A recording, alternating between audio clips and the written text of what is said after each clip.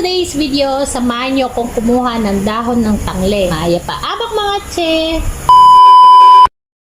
Alam nyo ba ito mga tse? Tangle ito dito sa amin sa Pampanga at alagaw naman sa Katagalugan.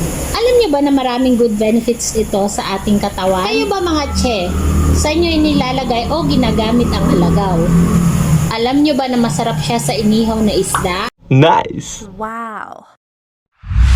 Pero ako gagamitin ko yung mga dahon na kinuha ko sa paksiw na isda. Tara, samahan nyo ako. Yung usual na mga ingredients, lagyan natin ng onion, bawang, sunod naman ng luya. Ganito ako magpaksiw ng isda. Hinahalo ko ang dahon ng tangle o alagaw. Pamintang buo. Tapos suka. Dinandin natin ng ditak taba. Dinandin natin ng ditak kamayumo. Hintayin natin kumulo at maluto. Nyaman nata. Tara, takman tayo.